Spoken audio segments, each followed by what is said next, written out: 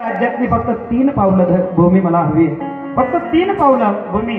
हे ऐकलं आणि बळीराजाला थोडंसं हसू आलं. महाराज अहो काय मागता तरी काय, देणारा उदार आहे आणि मागता काय आहे?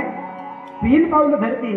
तुम्ही एखादी एकर जमीन मागा, मी 3 एकर जमीन तुम्हाला देईन. नाही नाही, वामनजी म्हणतात की फक्त मला 3 पावलं धरती तुझी हवी आहे, पण देण्याच्या अगोदर तुला संकल्प सोडावा लागेल.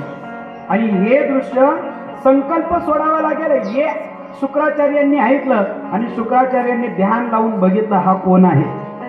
शुक्राचार्यांच्या लक्षात आलं की अरे हा साक्षात नारायण आहे, वामन रूप धारण करून आलेला आहे.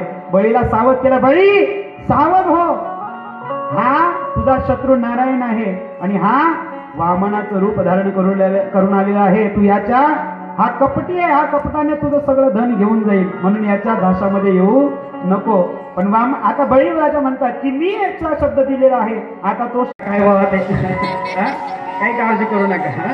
ऐका, बळीराजाने सांगितलं भगवान परमात्म्याला की तुम्ही दुसरीकडे पाय ठेवू नका, आता मी शिल्लक आहे, दान देणारा अजून शिल्लक आहे, म्हणून तुम्ही माझ्या डोक्यावर पाय ठेवा.